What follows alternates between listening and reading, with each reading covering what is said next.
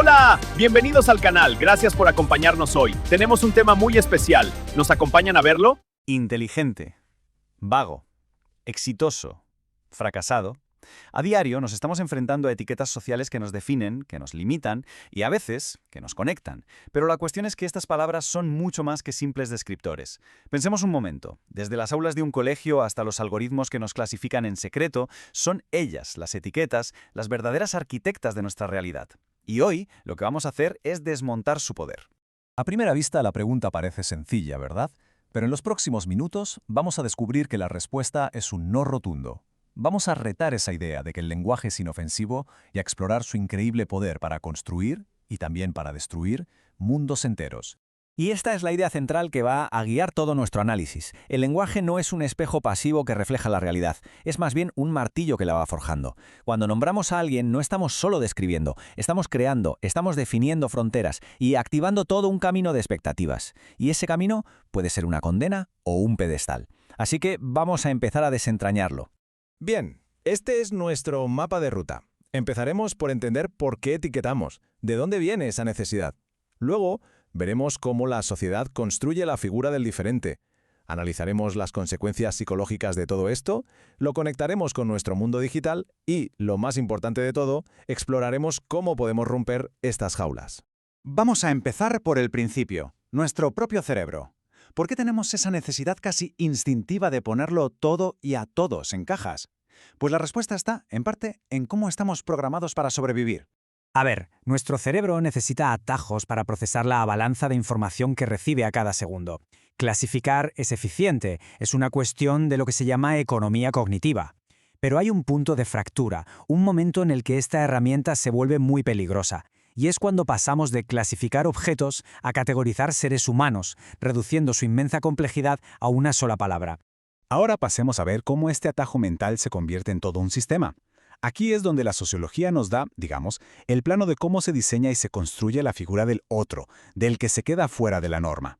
La clave para entender este sistema nos la da la teoría del etiquetado. Su premisa, que fue propuesta por Howard Becker, es revolucionaria. Viene a decir que la desviación no es una cualidad propia de un acto. O sea, que ser raro o malo no es algo que una persona es, sino algo que la sociedad hace. No es el acto en sí, sino la reacción social, lo que crea al desviado.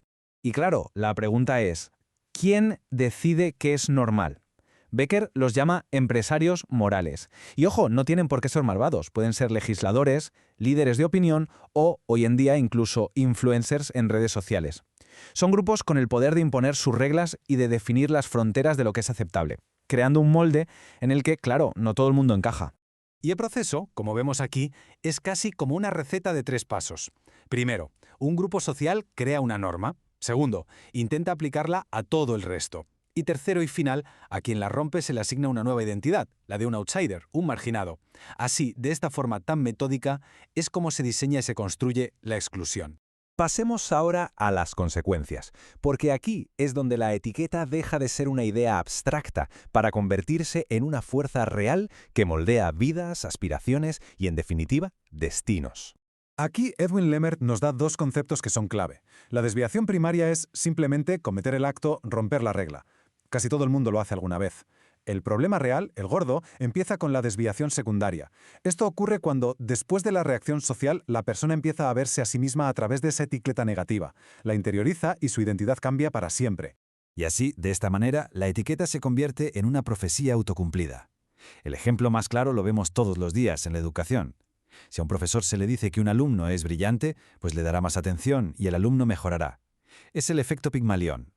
Pero si se le dice que es problemático, inconscientemente le darán menos oportunidades, condenándolo al fracaso. Ese es el terrible efecto Golem.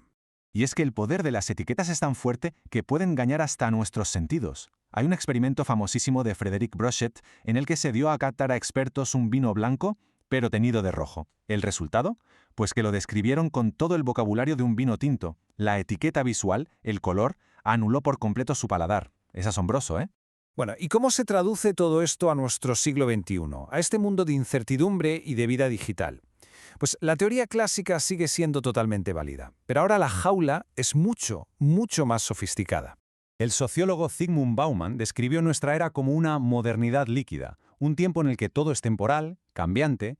En este mar de incertidumbre, las identidades son frágiles y por eso mismo nos aferramos a las etiquetas como si fueran salvavidas, para sentir que pertenecemos a algo sólido. Y aquí es donde entra la tecnología, claro. Los algoritmos de las redes sociales han industrializado este proceso de etiquetado. Nos analizan, nos clasifican y nos encierran en lo que se llaman burbujas de filtro, mostrándonos solo contenido que refuerza la identidad que nos han asignado, sea cual sea, ecologista, liberal o antisistema. El resultado de esto es una peligrosa polarización algorítmica. Se crean comunidades herméticas donde todo el mundo piensa igual. El contenido que provoca emociones intensas como la ira o el miedo se amplifica porque genera más clics, y esto, poco a poco, reduce nuestra tolerancia a la diferencia y, en última instancia, dinamita la posibilidad de que alcancemos consensos sociales. Pero, a ver, entender el sistema es el primer paso para cambiarlo. No todo está perdido, ni mucho menos. Ahora llega el punto crucial. ¿Cómo podemos desmontar esta arquitectura de la exclusión y empezar a construir puentes? Para encontrar soluciones, lo primero es entender que hay una tensión fundamental. Por un lado está el modelo de orden y eficiencia. Las instituciones necesitan etiquetas para organizarse, para diagnosticar o para asignar recursos, pero su riesgo, claro, es la deshumanización. Y por otro, el modelo humanista nos dice que cada etiqueta es un acto de violencia simbólica que nos limita. El verdadero reto es saber navegar entre estos dos polos. En la educación, por ejemplo, las soluciones son bastante claras. Los docentes deben ser conscientes de sus propios prejuicios. Es vital que se valore el esfuerzo por encima del resultado, el famoso «has trabajado duro» en lugar del «eres muy inteligente». Y, por supuesto, llenar las aulas con historias diversas que rompan los estereotipos de una vez. Desde la psicología también se ofrecen herramientas muy potentes. El objetivo es ayudar a las personas a externalizar la etiqueta, a verla como algo separado de su identidad real. Se trata, en el fondo, de aprender a diferenciar entre esa máscara social que llevamos y nuestro yo auténtico, para así poder recuperar el control de la propia historia. Y a nivel comunitario, la clave es la alfabetización mediática. Tenemos que entender el juego de los algoritmos para no ser sus marionetas. Hay que fomentar el contacto real entre grupos diferentes, porque nada rompe un prejuicio como conocer a la persona que hay detrás. Y, por supuesto, exigir responsabilidad y transparencia a las grandes tecnológicas. Y volvemos así a la idea de Bauman, que resume nuestro gran dilema. En un mundo líquido, nos aferramos a las etiquetas como si fueran salvavidas, pero la gran paradoja es que a menudo esas anclas que buscamos con desesperación se convierten en las cadenas que nos impiden navegar libremente. Y con esto llegamos a la pregunta final. Si de verdad lográramos romper las cajas en las que nos meten y en las que nos metemos, ¿qué es lo que queda? Pues quizás la respuesta es que la identidad no es una etiqueta, no es un destino fijo, sino un camino abierto, un camino que cada cual tiene el derecho y también la responsabilidad de construir. Muchísimas gracias por haber explorado este tema con nosotros. ¡Qué tema tan interesante! ¿Y ustedes qué opinan? Gracias por comentar, compartir y seguirnos. ¡Hasta pronto!